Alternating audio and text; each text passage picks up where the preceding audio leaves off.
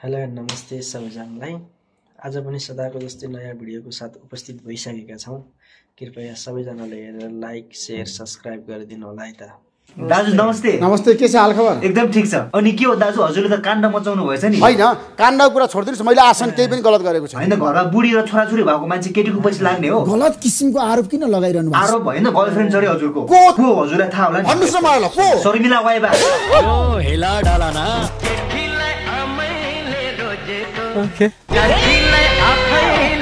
देशमा समाचारको कहिल्यै खडेरी पर्दैन, काण्डमाथि काण्डहरू भइ नै रहन्छ। त्यही त, बजारमा एउटा काण्ड नसिलाउने अर्कोले नयाँ काण्ड ल्याइहाल्छ। अब काण्ड चाहिँ आइरहन्छ नभए अब तपाईँहरूलाई गाह्रो छैन भिडियो बनाउनलाई।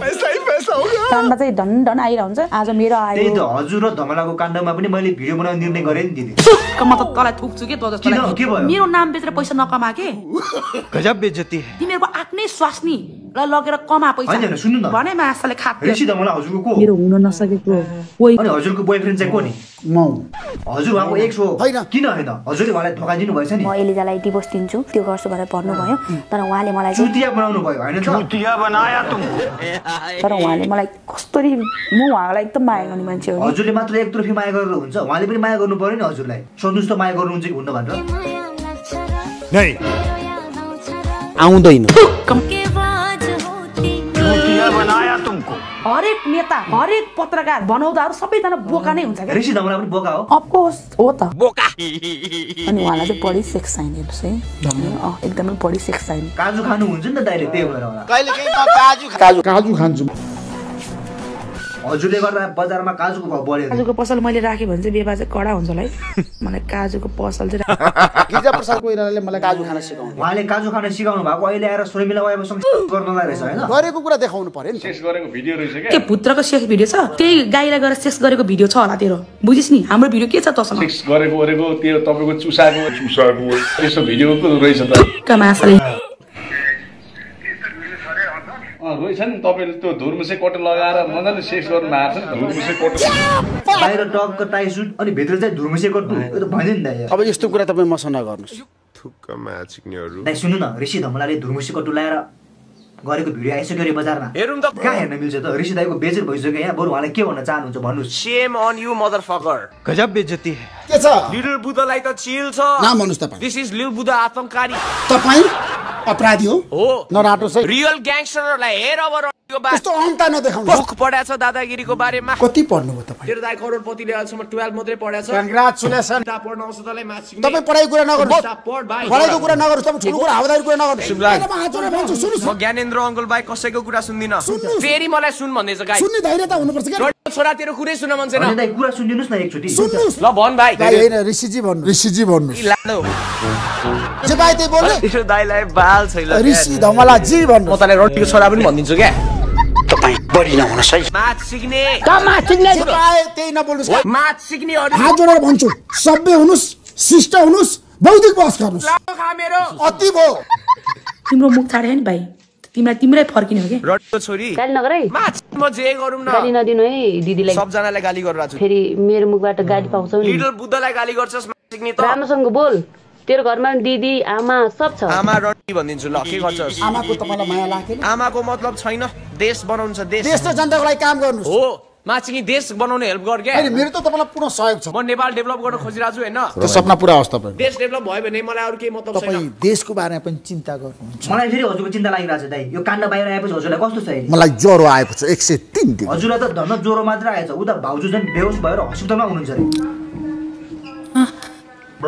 म यहाँ कसरी आइपुगे? कसरी हुनु? दाइको काण्ड थाहा पाएपछि बेहोस हुनु भएको। फेरि यो सब कसरी भयो? त्यो त मलाई के थाहा, दाइले नै सोध्नुस् न। एउटा कुरा सोधौँ, बताउनुहोस्। तिम्रो कहिले लभ परेको छ? कसैलाई मैले लभ गरिन। हैन उहाँले झुट बोल्दै हुनुहुन्छ है। म झुटो बोल्दिनँ। किन कुरा लुकाउनुहुन्छ दाइ? कोसँग सम्बन्धमा हुनुहुन्थ्यो भनिदिनुहोस् न सिधै। म त श्रीमती बाहेक अरू कसलाई पनि श्रीमती प्रेम गर्दिनँ। प्रेम पो श्रीमतीलाई मात्र गर्नुहुन्छ त, तर घपाघप त अरूसँग पनि गर्नु हुँदो रहेछ। होइन होइन, गरेकै छैन। साँच्चै गर्नु भएको छैन? होइन, मैले कोहीसँग पनि गरिनँ। हजुरले त कुरा लुकाइहाल्नुहुन्छ नि। दिदीले भन्नुहुन्छ, दिदी भन्नु त गर्नु भएको छैन? हामीले 6-7 चोटिसम्म गरेछौँ। 6-7 चोटि रातभरि सँगै बस्दाखेरि चाहिँ 5-6 छोडी चाहिँ सेक्स भइन्छ। हे भगवान, कसरी सकेको होला? कस्तो गाह्रो पनि नभएको। काजु खानुहुन्छ नि त? ए हट। एक रात घरमा आएर सुतेको छैन क्या? किन रहेछ? काममा बिजी भएर हो कि? रात परेपछि त बुढीको माया लाग्नु पर्ने हो। एलिजाबाट उहाँ एकदमै अगाइसके पनि हुनुहुन्थ्यो, त्यो कारणले गर्दाखेरि चाहिँ हामी एकदमै सम्बन्धमा एकदमै राम्रो थियो। यो सब मैले गर्दा पाएको। त्यही त आफ्नो बुढालाई अलि माया गर्नु पर्यो के। सधैँभरि यसरी माया गर्नुस् न। किन ऋषि धमाल आफ्नो श्रीमतीको माया नपाएर अन्ततिर किन फर्केर हिँड्नुपर्ने दिन थियो? कस्तो कुरा गर्नुभएको तपाईँले आफ्नो श्रीमानलाई नाक गर्नुपर्छ नि। तपाईँ जतिको तपाईँको अधिकार छ त्यतिको मेरो अधिकार पनि छ। कसरी अधिकार हुन्छ के हजुरले पनि ऋषि धमालसँग बिहा गरे हो र? त्यस्तो बेदर्दा भन्दा पनि यस्तो खालको छ कि हामीसँग एउटा वकिल राखेर चाहिँ हामीले एउटा कागज गरेको थियो। हो र? तर जे भए पनि मेरो दिदीको बुढा हो, के गर्छौ? एलिजा पछि गयो नि दिदी। एलिजा गौतम त पछि आएको हो, म सबभन्दा अगाडि म थियो। गाउँबाट एउटा जग्गा सानो टुक्रा के बेचेर ल्याएको थियो, त्यो पनि त हजुरकै बुढालाई लगेर दियो मैले पैसा। हजुरहरूको बिचमा आर्थिक कारोबार पनि छ भन्ने सुनेको थिएँ, के कति छ भनिदिनु त? 30 लाखमा मैले 8 लाख रुपियाँ मलाई योभन्दा 2 वर्ष अगाडि दिनुभएको थियो। अब 22 लाख हो। 22 लाखमा पनि मैले 5 लाख पाइसक्यो। अब रह्यो 7 लाख रुपियाँ। 7 लाख रुपियाँ तपाईँ हिसाब जान्नुहुन्न? ए होइन 17 लाख रुपियाँ। एउटा कुरा म के भन्छु भने ऋषि सरलाई होइन, तपाईँ एकदम महान त पत्रकार हो। तपाईँलाई आज दर्शकले गाली गर्दाखेरि मेरो पनि मन पोलेको छ क्या। अहिले पनि माया लाग्छ? माया मैले त्यो जीवनमा कहिले पनि बिर्सिँदैन। के कारणले माया लाग्छ? छोडिसक्यो, बिछोड भइसक्यो। छोडे पनि तँले कसैले डिभोर्स दिएला रे, कसैले के गर्ला रे, तपाईँलाई गाह्रो परेको अवस्थामा चाहिँ शर्मिला अहिलेसम्म अब फेरि पनि के सम्बन्ध हुन सक्छ? 11 वर्षसम्म बसेको मेरो माया हो, त्यो म कहिले पनि मेरो घरदा पनि गर्दैन। के भनेको? एलिजाजीलाई देखेर डर लाग्दैन? किन डराउने भने उसँग म को हो र भने धम्काउने न आइ चाहिँ सिंगल लडम। यसलाई त एलिजा गौतमले मलाई जुन के हो सम्मान बारेको विषयमा कुरा गर भन्दाखेरि खुलेर बताइदिएको आज यो दिन देख्नु पर्थेन कि मैले। हो पहिले भन्नु म चाहिँ ऋषि धमालसँग मेरो यस्तो छ, म उहाँसँग बिहा गर्छु भनेर चाहिँ आउनु परेको थियो नि त। अब अहिले आएर कि नोट नपुग्या हो कि? अस्ति उहाँ बाजेले भन्नुभएको थियो सन्दीप लामिछाने र पल शाह त सुरुवात मात्रै हो। भन्दै ऋषि धमाल पनि फर्स्ट भयो। अब कतिजना फर्स्ट हो हेर्दै जाउँ है। औरत का चक्कर बाबु भैया, औरत का चक्कर। अनि हजुरले भन्नुभयो मसँग ऋषि धमाललाई बसेको देखिबाट ऋषि धमालले मसँग के कुरा गर्थ्यो, गोप्य भिडियोहरू सबै कुरा चाहिँ मसँग छ। टिकटक भिडियो चाहिँ खिच्नु भयो। अनि यो गोपी भिडियो चाहिँ किन खिचेको? जोनी सिन्स र मिया खलिफा बन्ने चाहना हो।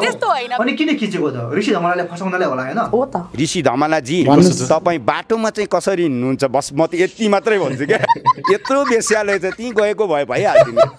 कहाँ त्यस्तोसित कहाँको खतिनीसित लागेर अब रिग्रेट हुँदैछ होला तल हैन? अब पछुताएर पनि के गर्ने? बरु एउटा गीत गाइदिनुस् त। छातीमाथि ढुङ्गा राखी हाँस्नु पर्या छ। स्वर त राम्रो छैन नि तपाईँको। ऋषि सरलाई मैले माया गरेको मान्छे हो नि। अनि हजुर पनि के भएको? घरमा बुढी र छोराछोरी भएको मान्छेसँग किन सम्बन्ध राख्नु? जोसँग पनि सम्बन्ध बस्न पाउँछ, त्यो मेरो अधिकारको कुरा हो। तर सहमतिमा सम्बन्ध राख्ने अनि पछि इन्टरभ्यूमा भन्दै हिँड्ने हो त? उहाँको पनि त मानानी भयो नि हैन? सत्य कुरा बोल्दा मैले मानानी हुन्छ मलाई?